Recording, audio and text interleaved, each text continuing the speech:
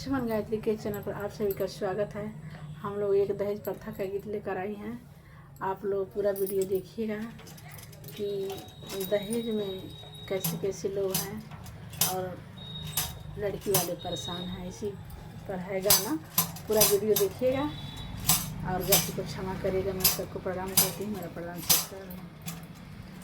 अरे बेटा के बाप, अरे बेटा के पापा, बेटा बेचवा हमारे माई, रुपया के कारण बेटा बेचतन रे माई, रुपया के कारण।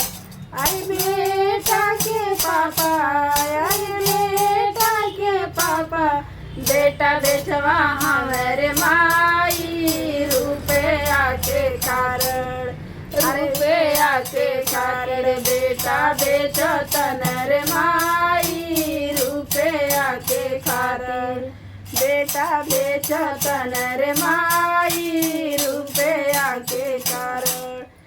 अरे बेटे के बापा सुबह दरवा हमारे माई, ताउली बिछा के नोटवा गौना तन रे माई, ताउली बिछा के नोटवा।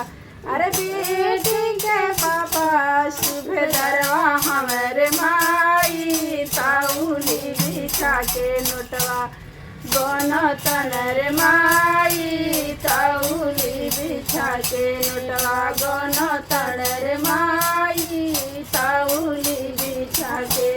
अरे कोहा घर से लाडो बेटी, कोहा घर से लाडो बेटी, हंस तड़ी रे माई, पापा हमरो नौकर, पापा हमरो नौकर, बेसहत बन रे माई, पापा हमरो नौकर, बेसहत बन रे माई, पापा हमरो नौकर, बेसहत बन रे माई, पापा हमरो नौकर, खरीद बन रे माई, पापा हमरो नौकर, खरीद बन रे माई, पापा हमरो नौकर। अरे बेटा के बाप, बेटा बेवा हमारे माई, रुपया के कारण बेटा बेचतन रे माई, रुपया के कारण बेटा बेचतन रे माई, रुपया के कारण। अरे बेटा के बाप, बेटा बेचवा हमारे माई, रुपया के कारण बेटा बेचतन रे माई, रुपया के कारण बेटा बेचतन रे माई, रुपया के कारण।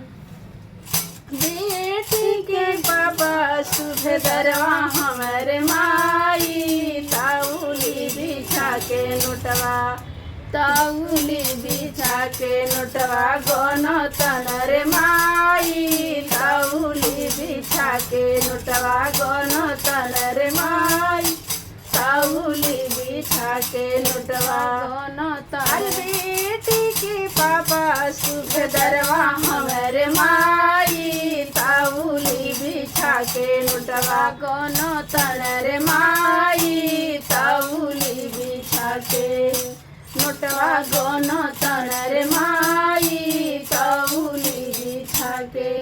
अरे माने बेटी हमरो हंस तड़ी रे माई, पापा हमरो नौकर, पापा हमरो नौकर, खरीद तन रे माई, पापा हमरो नौकर, बेचाहत बन रे माई, पापा हमरो नौकर, बेचाहत बन रे माई, पापा हमरो नौकर। होतही भोर माँ चाल के आई है, होतही भोर माँ चाल के आई है, बर्तन मसिया खाना बनाई है, तेल वाला गई है रे माई, बर्तन मसिया खाना बनाई है, तेल वाला गई है रे माई, बर्तन मसिया खाना बनाई है। तेलवा लगई रे माई पापा हमरो नौकर खरीदतन रे माई पापा हमरो नौकर बेसहत बन रे माई पापा हमरो नौकर बेसहत बन रे माई पापा हमरो नौकर बेटा के बाप बेटा बेचवा हमरे माई रुपया के कारण बेटा बेचतन रे माई रुपया के कारण बेटा बेचतन रे माई रुपया के कारण बेटा के बाप बेटा बेचवा हमरे माई रुपया के कारण बेचत बन रे माई रुपया के कारण बेटा बेचत बन रे माई।